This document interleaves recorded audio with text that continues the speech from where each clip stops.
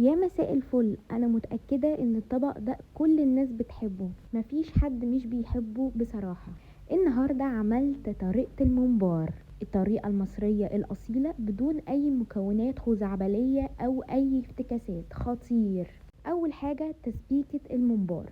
معايا بصل معمول في الكبة، عليه معلقتين كبار من معجون صلصة الطماطم الفريش عاملاها في الخلاط، لبهاراتي ملح وفلفل و7 بهارات وشوية من البابريكا ومعلقة صغيرة من السكر ومعلقة صغيرة من الخل كمان. بسيب الصلصة لحد ما تتسبك. ابقى مجهزة كوبايتين من الرز المصري المغسول النضيف، بضيف عليه معلقة كبيرة من البصل الناعم وملح وفلفل وتسبيكة الصلصة اللي انا عملتها، ومعايا خضرة المحشي بضيفها كمان، وببتدي كده اني اقلبهم كلهم مع بعض يعملوا كده ميكس مع بعض وكمان ما ننساش معلقة كبيرة من الزيت.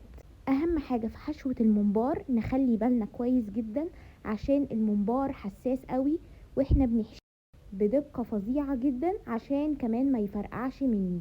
واحاول ان انا مزودش في حشوة الرز عشان في عملية التسوية او السلق الممبار ما يفرقعش مني اطلاقا، والحشو يبقى جوه الممبار. ودي الطريقة اللي انا بحشي بيها الممبار، طريقة بسيطة قوي، هسيبكم برضو تشوفوها. ابقى جنبي حلة كبيرة فيها مية مغلية، ببتدي كده اني اضيف الممبار واحدة واحدة واخلي بالي، وبزود ورق لورا وحبهان ومعلقة كبيرة من البصل المبشور ناعم جدا، وبقلبه كده كله يتمازج مع بعض. مدة التسوية من 20 ل25 دقيقة، ولما احس ان هو استوى بيبقى جنبي طبق ببتدي كده اني اصفيه من شوربته، وبرده واحدة واحدة وانا بطلعه اخلي بالي كويس جدا.